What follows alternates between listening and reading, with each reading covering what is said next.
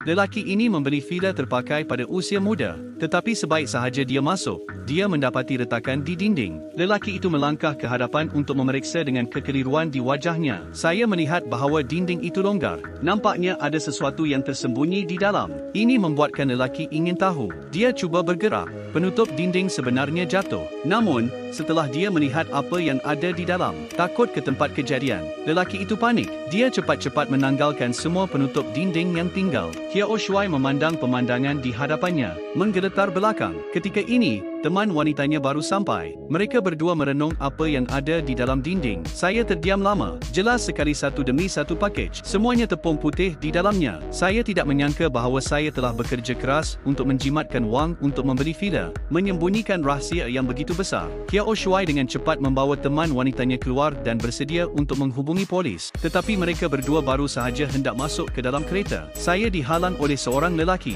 Lelaki itu mengaku sebagai pengawal keselamatan di sini. Tanya mereka apa yang berlaku. Hiao Shuai melihat bahawa dia seorang yang peramah dan mudah didekati. Laporkan keadaan dengan benar. Tapi tak sangka, pengawal keselamatan ini sudah mengenali Bai di dalam rumah. Dia mendapat tahu bahawa Hiao Shuai mahu menghubungi polis. Baru keluarkan pistol. Kedua-dua mereka sangat ketakutan sehingga mereka segera berlari masuk ke dalam rumah. Mereka berdua baru pulang ke rumah. Pengawal keselamatan itu datang ke tingkap. Selepas dia melepaskan beberapa das tembakan, dia menyedari ia adalah kaca kalis peluru. Pengawal keselamatan itu segera berpusing dan berlari ke pintu belakang. Apabila Hiao Shuai melihatnya, dia juga berlari ke pintu belakang. Walaupun dia berlari mengikut masa, tetapi pengawal keselamatan itu tetap menarik pintu bilik itu. Kedua-duanya berada dalam kebuntuan. Tiada siapa boleh tarik sesiapa. Tetapi pengawal keselamatan mempunyai pistol. Dia menembak ke arah kunci pintu. Memandang komputer di sebelah saya, jelas sekali bahawa wanita itu secara tidak sengaja telah mencetuskan mekanisme itu.